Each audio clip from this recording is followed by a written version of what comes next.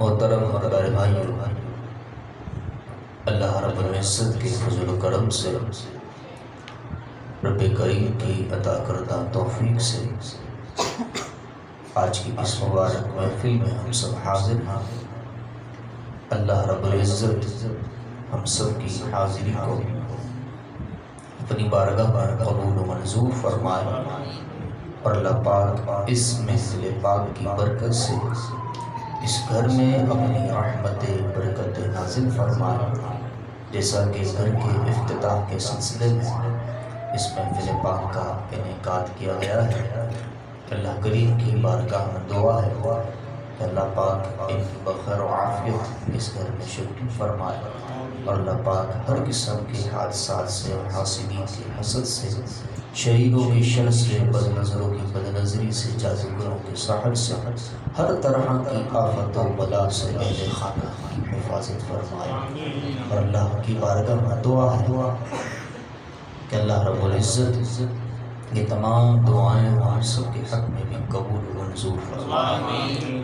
اور یہ بڑا مبارک عمل ہوا کرتا ہے کہ اپنے ہر کام کے آغاز میں اللہ اور اس کے رسول صلی اللہ تعالی علیہ وسلم کے نام کی محافل کو سجا کر کیا جائے، اور کوشش بھی یہی ہونی چاہیے کہ رب تعالی ہمیں کوئی بھی خوشی کا موقع عطا فرمائے تو اللہ اور اس کے رسول اور اس کے پیاروں کو ضرور یاد کیا جائے، تاکہ اسی کا وسیلہ پیش کر کے اللہ تبارک و تعالیٰ کی بارگاہ میں ہم خوشیوں کی خیرات مانگ سکتے ہیں۔ دعا ہے اللہ پاک ہم سب کو یہ سعادت اور توفیق عطا فرمائے۔ جیسا کہ آپ احباب جانتے ہیں کہ ماہ ربیع الاخر خصوصیت کے ساتھ حضور سیدی غوث پاک رحمت اللہ تعالی علیہ سے نسبت رکھتا ہے، اور ماہ ربیع الاخر میں خصوصیت کے ساتھ 11ویں شریف کی محافل کا انعقاد کیا جاتا ہے۔ اور یاد رکھیں کہ اللہ تبارک و تعالی نے ہی تمام لوگوں کو مقام و مرتبہ عطا فرمایا۔ اللہ تبارک و تعالی ہی نے جب ان پاک ہستیوں کو مقام و مرتبہ عطا فرمایا تو کسی کا نام لے کر تو رب تبارک و تعالی اور اس کے محبوب صلی اللہ تعالی علیہ وسلم کی جناب سے فضائل بیان بھی ہوئے، لیکن بعض فضائل وہ ہوا کرتے ہیں کہ جو بیان کر کے یہ واضح کر دیا جاتا ہے کہ جو اس وصف کا، اس خوبی کا حامل ہوگا وہ اس فضیلت کو پانے والا ہوگا، وہ اس شان و عظمت کو پانے والا ہوگا۔ اس لیے ہم کسی بھی اللہ رب العزت کے برگزیدہ بندے کا جب تذکرہ کرتے ہیں تو قرآن پاک اور احادیث طیبہ میں جو فضائل ان پاک ہستیوں کے بیان کیے گئے ان کو بیان کر کے دیکھتے ہیں کہ ان کی سیرت طیبہ میں جو باتیں بیان کی جاتی ہیں وہ اللہ اور اس کے رسول صلی اللہ تعالی علیہ وسلم کے ارشادات کے مطابق نظر آتی ہیں۔ بسا اوقات ہم جب حدیث رسول سنتے ہیں تو حدیث رسول سن کر ہمارے ذہن میں ایک اشکال پیدا ہوتا ہے، ایک سوال پیدا ہوتا ہے، جناب یہ کیسے ہو سکتا ہے، یہ کیسے ممکن ہے؟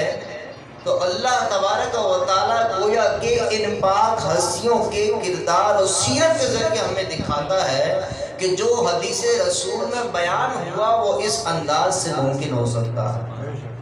گویا کہ جس طرح ہم حضور سیدی غوث اعظم رضی اللہ تعالی عنہ کا ذکر خیر کرتے ہیں، آپ کی کرامات کو بیان کرتے ہیں، اور کرامات کا صدور یہ کوئی قرآن کے خلاف نہیں، حدیث کے خلاف نہیں، کیونکہ جس طرح معجزہ ہے اسی انداز پر کرامت بھی ہے۔ جس طرح معجزات رسول کو بیان کیا جاتا ہے، معجزات رسول کیا ہے؟ یہ رب تبارک و تعالیٰ کی خاص انبیاء کرام علیہ السلام پر عطا ہے کہ اللہ تبارک و تعالیٰ نے انہیں معجزات عطا فرمائے۔ معجزات لوگوں کی عقل میں نہیں آتے، لیکن اس کا ثبوت موجود، اس کی حقیقت موجود۔ تو اسی طرح نبی جو ایسی کام دکھائے، ایسی بات دکھائے کہ جو لوگوں کی عقل میں نہ آئے، وہ معجزہ کہلاتی ہے۔ اسی طرح کوئی اللہ کا ولی کوئی ایسی بات کر دکھائے تو اسے کرامت کہتے ہیں۔ معجزہ اور کرامت میں فرق یہی ہے کہ نبی معجزہ دکھاتے ہیں، ولی کرامت دکھاتے ہیں۔ اسی طرح حضور سیدی غوث پاک رحمت اللہ تعالی علیہ کی ذات گرامی کو دیکھیں تو آپ کی ذات مبارکہ میں حدیث رسول جو بیان کرنے لگا ہوں وہ مکمل آپ کی ذات کے اندر نظر آتی ہے۔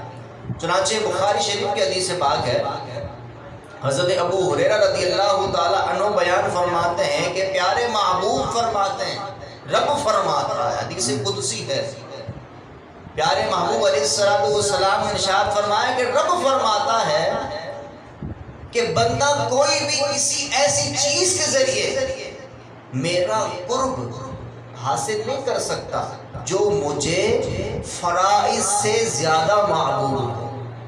یعنی کہ اس حدیث رسول سے یہ پتہ چل رہا ہے اگر کسی کو رب تعالیٰ کے قریب ہونا ہے تو سب سے پہلا درجہ فرض کا ہے، سب سے پہلا درجہ فرض کا ہے۔ پھر اس کے بعد فرمایا کہ رب فرماتا ہے کہ بندہ فرائض کی ادائیگی کے ساتھ ساتھ نوافل کی ادائیگی کرتا رہتا ہے، نفلی عبادات کرتا رہتا ہے۔ فرائض کے ساتھ نفلی عبادات کر کر کے ایک مقام وہ آ جاتا ہے کہ میں اپنے اس بندے سے محبت کرنے لگ جاتا ہوں۔ اور جب رب تعالیٰ اپنے اس بندے سے محبت فرمانے لگ جاتا ہے تو کیا بس یہی کافی ہے؟ اور حقیقت تو یہی ہے کہ اتنا کافی ہے کہ انسان کو وہ مقام مل گیا، وہ مرتبہ مل گیا کہ رب تعالیٰ اس سے محبت کرنے لگ گیا، وہ رب تعالیٰ کا محبوب بن گیا، یہ کافی ہے۔ لیکن اپنے بزرگان دین رب تبارک و تعالیٰ نے جو ہمیں عطا فرمائے، جو رب تعالیٰ کے محبوب بنتے ہیں، جو رب تعالیٰ کی بارگاہ کے قرب والے بنتے ہیں، چنانچہ رب تبارک و تعالیٰ نے جب ہمیں عطا فرمائے تو اس شان کے ساتھ عطا فرمائے کہ رب تعالیٰ نے فرمایا کہ میں اسے محبوب بنا لیتا ہوں، تو اس کی شان پھر رب تعالیٰ یوں بیان فرماتا ہے كُنْتُ سَمْعَهُ الَّذِي يَسْمَعُ بِهِ، میں اس کے کان بن جاتا ہوں جس سے وہ سنتا ہے، وَنَظَرَهُ الَّذِي يُبْصِرُ بِهِ، میں اس کی آنکھیں بن جاتا ہوں جس سے وہ دیکھتا ہے، وَيَدَهُ الَّتِي يَبْطِشُ بِهَا، میں اس کے ہاتھ بن جاتا ہوں جس سے وہ پکڑتا ہے، وَرِجْلَهُ الَّتِي يَمْشِي بِهَا، میں اس کے پاؤں بن جاتا ہوں جس سے وہ چلتا ہے۔ اب دیکھا جائے اور قرآن بھی یہی ہے کہ رب تعالیٰ کی ذات جسم سے پاک ہے، رب تعالیٰ کی ذات جسم سے پاک ہے۔ یہ کیسے ہو سکتا ہے کہ رب تعالیٰ کسی کی کان بن جائے، رب تعالیٰ کسی کی آنکھیں بن جائے، رب تعالیٰ کسی کے ہاتھ بن جائے، رب تعالیٰ کسی کے پاؤں بن جائے؟ یہ کیسے ہو سکتا ہے؟ تو اس کا مطلب یہ ہے کہ رب تعالیٰ ان اعضاء میں اپنی خصوصی طاقت کو عطا فرما دیتا ہے۔ جب رب تعالیٰ ان اعضاء میں اپنی خصوصی طاقت عطا فرما دیتا ہے تو پھر رب تبارک و تعالیٰ کے ان اولیاء سے کرامات کا ظہور ہوتا ہے۔ گویا کہ ہم جو بزرگان دین کی کرامات بیان کرتے ہیں وہ اس بخاری شریف کی حدیث کے مطابق بیان کرتے ہیں، اور اگر کوئی کرامت قرآن و حدیث کے خلاف نہیں ہے، کوئی کرامت قرآن و حدیث کے برخلاف نہیں ہے، تو اس کرامت کو مان لینے میں کوئی حرج بھی نہیں ہے۔ آج لوگ کرامات کو جو انکار کرتے ہیں وہ صرف اور صرف قرآن اور حدیث کو غلط سمجھ لینے کی وجہ سے کرتے ہیں۔ اگر قرآن و حدیث کو صحیح طور پر سمجھا جائے تو انشاءاللہ تبارک و تعالی اس طرح کے مسائل نہیں ہوتے. جیسا کہ حدیث پاک کے ذریعے بیان کر دیا گیا کہ رب تعالی اپنے بندوں کو، اپنے ولیوں کو یہ پاور اور یہ طاقت عطا فرماتا ہے. تو آئیے غوث پاک کی شان دیکھیے. غوث پاک کی شان اس حدیث پاک کے مطابق دیکھیے. حدیث قدسی میں بیان ہوا کہ میں اس کے کان بن جاتا ہوں جس سے وہ سنتا ہے. اب رب تعالیٰ نے جب اپنے کسی بندہ خاص کے کان میں خصوصی طاقت عطا فرمائی تو اس کی شان یہ ہے کہ غوث پاک کے مرید جمعہ کے دن نماز جمعہ کی ادائیگی کے لیے ساتھ تشریف لے جا رہے تھے. تو جناب ویسے تو جیسی غوث پاک رضی اللہ تعالی عنہ باہر نکلتے تھے نماز جمعہ کے لیے، لوگوں کا ہجوم ہوتا تھا، لوگوں کا جمع غفیر ہوتا تھا. جو ساتھ جانے والے ہوا کرتے تھے وہ دور ہو جایا کرتے تھے. چنانچہ ایک روز آپ کے مرید خاص جب آپ کے ساتھ جا رہے ہیں تو دل میں سوچتے ہیں کہ کیا بات ہے آج کوئی قریب نہیں آ رہا. تھوڑی ہی دیر میں دیکھتے ہیں کہ یہ سوچنا تھا، لوگوں کا رش لگ جاتا ہے اور تھوڑی ہی دیر میں رش پھر ختم ہو جاتا ہے. اچھا جب رش لگتا ہے، لوگوں کا جمع غفیر ہوتا ہے تو مرید سوچتا ہے دل میں کہ اس سے پہلے تو یہی اچھا تھا کہ میں اکیلا مرشد کی برکتیں لوٹتا ہوا تو جا رہا تھا. میں نے کیا سوچا یہ تو لوگوں کا رش لگ گیا. اب یہ دل کی چھپی ہوئی بات ہے، کسی کو سنائی نہیں دے رہی. لیکن غوث پاک رحمت اللہ تعالی علیہ اللہ کے ولی ہیں، اللہ کے محبوب بندے ہیں.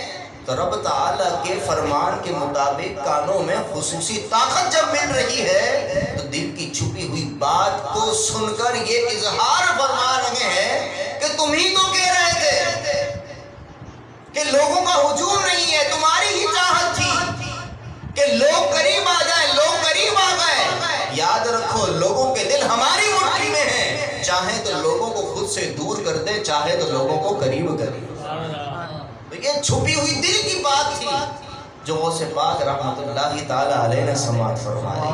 اور ہاتھ کا پاور، آنکھوں کا پاور کیا بیان کیا رہا ہے. آپ کی آنکھوں کا پاور کیا ہے، آنکھوں میں رب تعالیٰ نے یہ طاقت دی کہ غوث پاک رحمت اللہ تعالی علیہ کے ایک مرید نے نماز عصر آپ کے پیچھے ادا فرمائی. نماز عصر ادا کرنے کے بعد آپ کی بارگاہ میں حاضر ہو گیا. کسی کام کی وجہ سے آیا ہوا تھا، نماز کے لیے اذان سنی، یہ خیال ہی نہ رہا کہ میرا وضو نہیں ہے، فوراً مسجد میں حاضر ہو گیا جماعت کے ساتھ نماز پڑھنے کے لیے. نماز پڑھ لی، نماز پڑھنے کے بعد بارگاہ غوثیت میں حاضر ہوا. جیسے ہی حاضر ہوا غوث پاک رحمت اللہ تعالی علیہ کی نظر کا عالم دیکھیے. غوث پاک فرماتے ہیں شہزادے تم نے بغیر وضو کے نماز پڑھی ہے، وضو کر کے دوبارہ نماز پڑھو. یہ غوث پاک کی نظروں کا کمال ہے کہ آپ نے اس کے اعضاء میں یہ ملاحظہ فرما لیا اور اس کی نماز کو بھی ملاحظہ فرما لیا کہ میرے اس مرید نے بغیر وضو کے نماز پڑھی ہے. اگر ہم یہاں جو لوگ بیٹھے ہوئے ہیں ہم کسی کے بارے میں گمان کر سکتے ہیں کہ جناب فلاں وضو میں ہوں گے، فلاں وضو میں ہوں گے، لیکن یقینی طور پر ہم نہیں کہہ سکتے کہ فلاں شخص وضو میں بیٹھا ہے. لیکن غوث پاک رحمت اللہ تعالی علیہ کو رب تعالیٰ نے آنکھوں میں یہ پاور دیا کہ آپ کو ملاحظہ کر کے بتایا جا رہا ہے، دکھایا جا رہا ہے کہ کون سا شخص وضو میں بیٹھا ہے اور کون سا شخص بغیر وضو میں بیٹھا ہے. تو رب تبارک و تعالیٰ نے آپ کو آنکھوں میں بھی یہ پاور عطا فرمائی، یہ طاقت عطا فرمائی. اس مضمون کے بہت سارے واقعات ہیں لیکن وقت کی گنجائش نہیں ہے، اختصار کے ساتھ میں پیش کر رہا ہوں. آگے چل کر پڑھیے. فرمایا وَيَدَهُ الَّتِي يَبْطِشُ بِهَا، میں اس کے ہاتھ بن جاتا ہوں جس سے وہ پکڑتا ہے. یہاں تو پکڑنے کی بات ہوئی نا، غوث پاک رحمت اللہ تعالی علیہ کے ہاتھوں میں کمال ایسا کہ غوث پاک رحمت اللہ تعالی علیہ کے ساتھ کچھ لوگ امام احمد بن حنبل رحمت اللہ تعالی علیہ کے مزار پر جا رہے تھے. رات کا اندھیرا، دکھائی کچھ نہیں دے رہا، جدید دور تو ہے نہیں. جناب ٹارچ جلائی اور جناب روشنی کا اہتمام کر لیا. اس دور میں روشنی کا اہتمام کرنے کے لیے آگ جلائی جاتی تھی، لیکن آگ کا بھی کوئی انتظام نہیں. غوث پاک رحمت اللہ تعالی علیہ کے ساتھ جو لوگ جا رہے ہیں وہ بیان کرتے ہیں کہ غوث پاک رحمت اللہ تعالی علیہ کے ساتھ جب ہم جا رہے تھے تو راستے میں جو پتھر آتا تھا، جو دیوار آتی تھی، جو درخت آتا تھا، آپ جس کی طرف اشارہ کرتے تھے وہ روشن ہو جایا کرتی تھی. اور اس کی روشنی کے اندر ہم نے اپنی منزل کو طے کر لیا. اب غوث پاک رحمت اللہ تعالی علیہ اگر کسی طرف انگلی سے اشارہ کریں تو وہ روشنی والی ہو جائے. تو سوچئے غوث پاک رحمت اللہ تعالی علیہ اگر 12 سال ڈوبی ہوئی کشتی کو اشارہ کریں تو وہ کیسے نہ نکل گیا. یہ ساری باتیں اللہ کے اذن سے ہوتی ہیں، یہ اللہ کی عطا کردہ طاقت سے ہوتی ہیں. غوث پاک خود نہیں کرتے، ہم یہی تو بیان کرتے ہیں. اور اگر ہم یہ بات بیان کر رہے ہیں کہ غوث پاک رحمت اللہ تعالی علیہ اشارہ کر رہے ہیں دیوار کو تو وہ روشن ہو رہی ہے، پتھر کو اشارہ کر رہے ہیں تو وہ روشن ہو رہی ہے، درخت کو اشارہ کر رہے ہیں تو وہ روشن ہو رہی ہے. یہ آپ کا فیضان نہیں ہے، آپ کی رگوں میں جس نسل مصطفیٰ کا خون ہے نا یہ اس کا فیضان ہے. آپ کی رگوں میں حسنی حسینی خون ہے، اور امام علی مقام امام حسین رضی اللہ تعالی عنہ کی یہ خصوصیت ہے کہ آپ جس اندھیرے جگہ پر جاتے تھے، جس اندھیری جگہ میں داخل ہوتے تھے، آپ کے چہرے سے ایسا نور نکلتا تھا کہ اندھیرا روشنی میں تبدیل ہو جایا کرتا تھا. اور آپ امام علی مقام امام حسین رضی اللہ تعالی عنہ ہیں جس کے نواسے، ہمارے آقا صلی اللہ تعالی علیہ وسلم کے نواسے ہیں. اور میرے آقا کی یہ شان ہے، مسکرائیں تو اندھیرا روشنی میں تبدیل ہو جائے. آپ مسکرائیں تو روشنی ہی روشنی ہو جائے. اسی لیے جب نور در نور منتقل ہو رہا ہے تو سوچئے پھر غوث پاک کو یہ کمال کیسے حاصل نہیں ہوگا. ایسا ہی تو عاشقوں کے امام نے نہیں کہہ دیا تیری نسل پاک میں ہے بچہ بچہ نور کا. مل کر پڑھیے، تیری نسل پاک میں ہے بچہ بچہ نور کا. تو ہے عین نور تیرا سب گھرانہ نور کا. تو ہے عین نور تیرا سب گھرانہ نور کا. کیونکہ آپ فرما رہے ہیں کہ پیارے محبوب علیہ السلام کی نور کا سر چشمہ ہے، اسی چشمے سے نہریں نکل کر آ رہی ہیں. اس چشمے سے، اس نہر سے جتنی بھی نہریں نکل کر آ رہی ہیں وہ ساری نور والی ہیں. آپ اگر کولر کے اندر شربت بھرتے ہیں کیا نکلتا ہے؟ شربت نکلتا ہے. پانی ڈالتے ہیں پانی نکلتا ہے.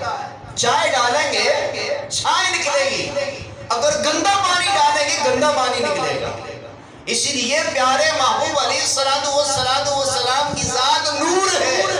اس لیے آپ کے نور سے جتنی بھی نسلیں آگے منتقل ہوئی، جتنی بھی نور مصطفیٰ سے نہریں نکلی، ہر نہر سے نور ہی نور بکھرتا تھا. اسی لیے اعلیٰ حضرت نے فرمایا تیری نسل پاک میں ہے بچہ بچہ نور کا.